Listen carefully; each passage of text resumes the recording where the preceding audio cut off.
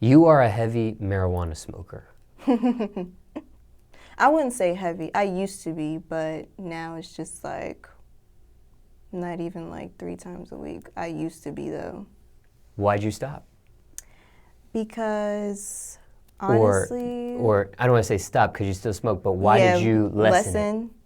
Because if you like literally if you smoke too much, it's like the high is different. It's not like as high as you were like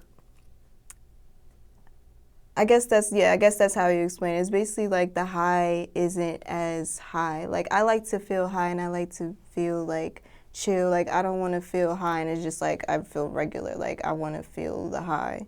So like I stopped doing it so much because then it's just like, for one, I was just doing it just to do it, and then it was just like I said, I just wasn't getting as high as I wanted to. Your tolerance level changed. Yeah, my tolerance level was different, so that's why mostly. Now that you smoke less, your tolerance level changed, like you get higher quicker maybe, or you get more of the high or feel more of the high compared to back then when you were smoking more? Yeah, I think I do get higher quickly, definitely. Definitely, and the high is like high. Like, woo. Now, is it just marijuana you smoke? Yes. Okay. Yes. Some people do cigarettes. Oh no, I can't do Jacks. No. Oh my God. Oh. Cancer? No.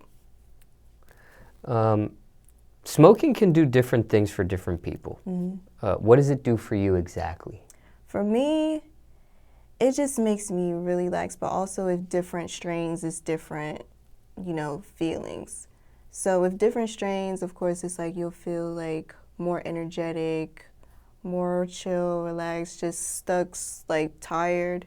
So it's just like it always depends on the strain, but for the most part, it's like I'm more like super, super, super chill. Because I'm already a chill person, but it's just my chillness at like 1,000,000.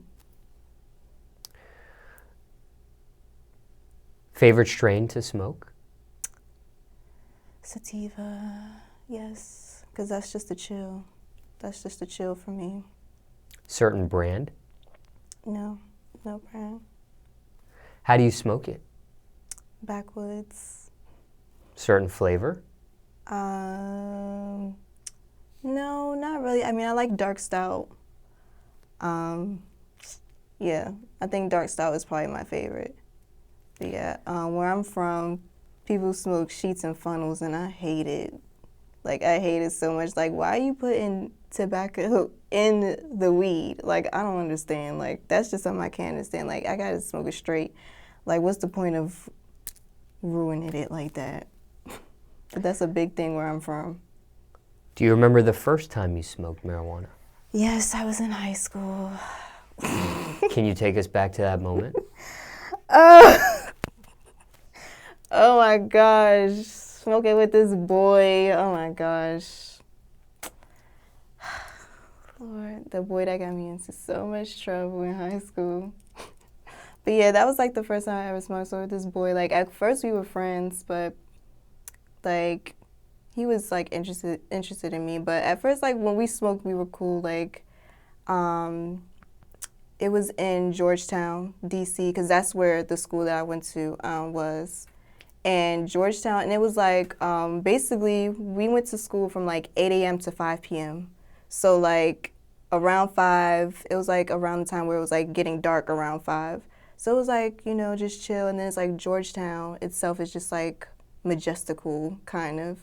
So just like walking around Georgetown, just smoking. And then I just remember I was just like, so like, how am I supposed to feel? I was just like, how am I supposed to feel? Like, am I high yet? And then it just hit me and I was just like the buildings were like swaying. The buildings were like swaying. That's when I knew I was high. And then I just looked at him. He was just like, because he was a smoker. He was probably like a year or two older than me. Like he was a smoker. He smoked it and he sold it. So he was just looking at me. He was like, yeah, you're smoking. I was like this. Because then I'm thinking the buildings were swaying, but I was swaying. Like I was just like, and then he was just like, Like, he had to stop me. He was like, "You good?" I was like, copacetic. Everything's copacetic. But I was high as shit. And that was the first time you smoked? Yes, that was the first time ever. And oh my gosh, I was paranoid too. I remember because I had to get on a train to go home, the metro. And I remember I got, my metro stop used to be Navy Yard station. And it was since it was dark out, I was like coming from like out the station, and then it was like nobody, because it was like, later before, everyone was already like at home from like commuting and stuff. So I remember it was like me and another guy that like got off at my stop. And then like I was like just kept looking back at him, because I felt like he was following me, but I forgot like, okay, this is the only way out of this station. So I was just like kept looking back at him, and then I remember I think I ran. Like I think I ran away from him, and he was just, and I looked back and he was just looking at me like, what the fuck is wrong with this bitch? Like, I feel like he thought I was crazy, but I was running. Like, I was so paranoid. I thought he was, like, trying to get me. Oh, my gosh, yo. Yes, but I thought he was trying to get me. I ran. I think I ran all the way home. I was so paranoid. Now, I want to break this down a little bit. Okay, sometimes when people do smoke the first time, they don't get high. Maybe they didn't smoke right, they didn't pull it right. And then also too, I don't know if you would call your first time getting high a good experience or a bad experience, judging by the paranoia there. Was that considered a good or bad experience for you? I don't even know. Like, I feel like for the most part, it only became paranoid when I had to get on the metro, because like I had to be around other people on the train, so it's like I didn't know if I smelled. Like, I was so paranoid because like the first time, and then it's like I was younger too, so it was just like I didn't know. Like, I kept smelling. I was just like I was like, do I smell? Like, I just felt like people were staring at me.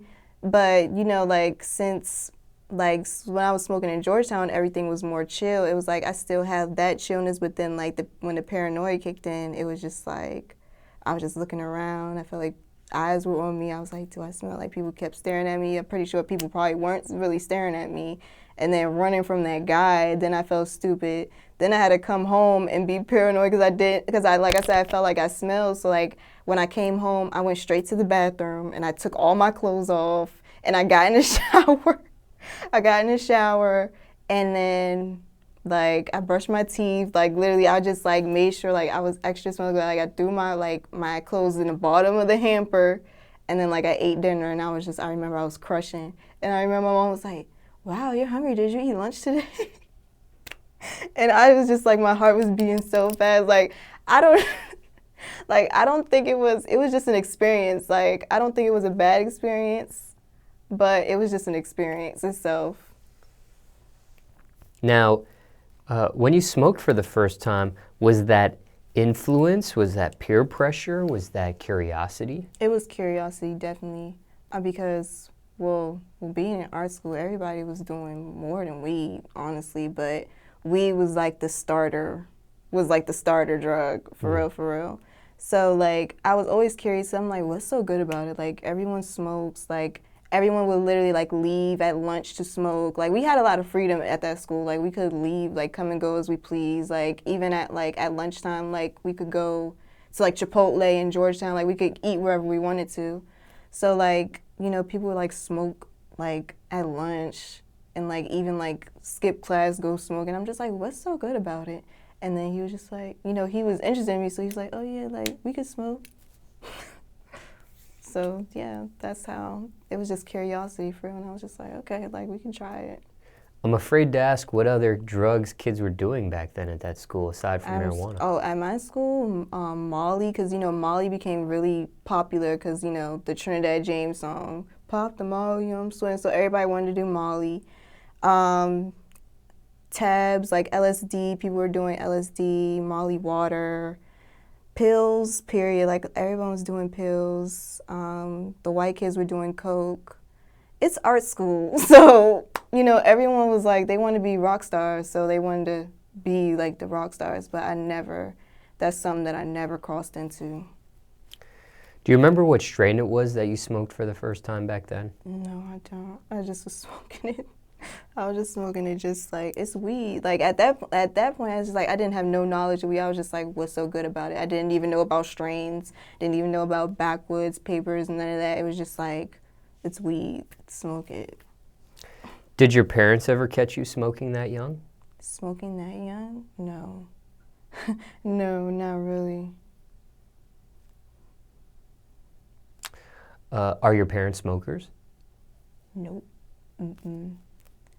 They know you smoke at this point, yes? Yes. My mom even wants to open a dispensary. Oh. Yeah, like she sees like we're a business savvy family, so it's like when we see what is profitable, we want to get into it. So she's like, now, the weed dispensary thing, like that's very big now. So she was like, in our area, we don't really have a lot of those. So she's like, if we open one around here, it would make so much money. But she used to be so against it. Like, you know how like moms just know, like even though like she never caught me actually like high or like smoking or anything like that. Like I feel like she knew I was, like just the mother's intuition.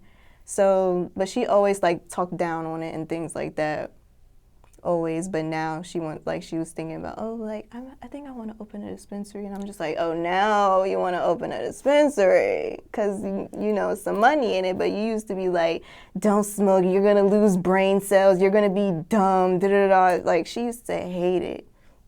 Well, how'd they find out you were a smoker? How was the ice broken there? Oh my gosh, I don't even remember. Like, I know it was a time, I don't know if I got caught.